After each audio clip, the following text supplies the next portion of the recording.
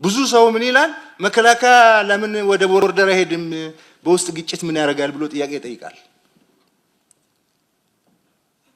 በህገ መንግስት የተቀመጠውን የሰራዊት ማቋቋሚያ አዋጅ አንብብ በሉት። እሱ የጠበቃትን አገር ለቀህ ሂድ አይባልም። አንተ አሜሪካ ቁጭ ብለህ ለዚህ ግዙፍ ተቋም እንደዛ አይነት ተልእኮ መስጠት አትችልም። አንተ ንቅል ነህ በሉት።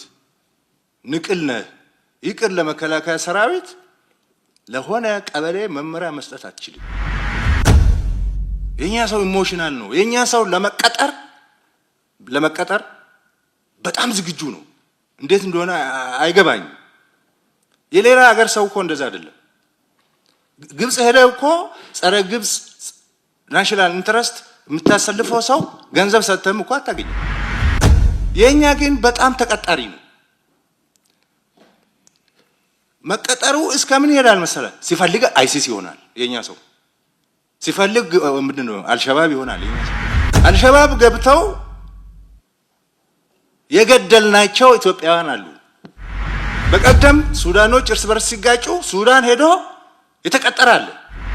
አሁን ደግሞ ለሻዕቢያ ለመቀጠር ያለው ሽሩጉድ ሊነግራቸው ለመተባበር ብዙዎችን ጋብዘናል። ኤርትራ ሳይቀር ጋብዘናል። አብረን እንስራ ብለናል። ባህር ለሁላችን ይሁን ብለናል።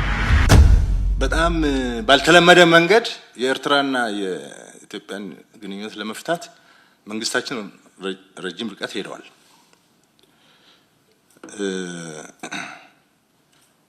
ግን አልተሳካም።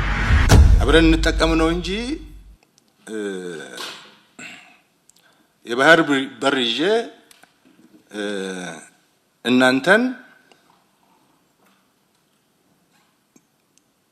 እንደፈለኩ ላርጋችሁ የሚል አስተሳሰብ ስላለ አይ እንደዛ ሳይሆን በጋራ እኩልነት ነው፣ በጋራ ተጠቃሚነት ነው እንጂ የሆነ ቁልፍ መሳሪያ ይዘህ በቁልፍ መሳሪያ ይሄን ሁሉ ማህበረሰብ ለማሽከርከር መሞከር ልክ አይደለም የሚል ነገር ሲመጣ አሁን ኩርፊያ መጥቷል።